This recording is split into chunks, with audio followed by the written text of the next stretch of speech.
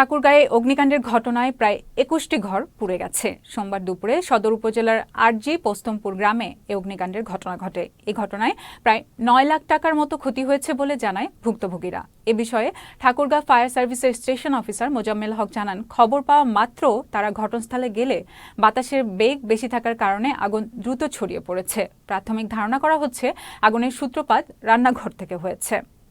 আমার বাবার কিছুই বাঁচে নাই। 3 দিন হলো 50,000 টাকা লোন উঠে আনছে, টাকাটা চলে গেছে।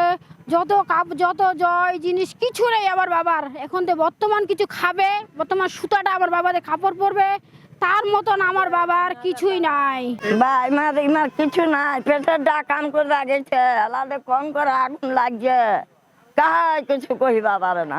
আগুনের জন্য যাইতে পারি নাই, ঘরে কিছু বাঁচে নাই ভাই, বুঝছেন, সব কিছু আগুন দিয়ে পুড়ে গেছে। রাতে যে ক্যাথা গায়ে দিয়ে শুবে বা কোন জায়গায় শুবে সে ব্যবস্থাটা কিন্তু এদের নাই। থাকা খাওয়া দাওয়া কোনো অবস্থান নাই। সরকার যেন ত্বরিত এদেরকে খাওয়া দাওয়া এবং থাকার ব্যবস্থা করে দেয়। ঠাকুরগাঁও বিমান ঘাঁটি সংলগ্ন একটি বস্তি এলাকায় অগ্নিকাণ্ডের ঘটনা ঘটেছে।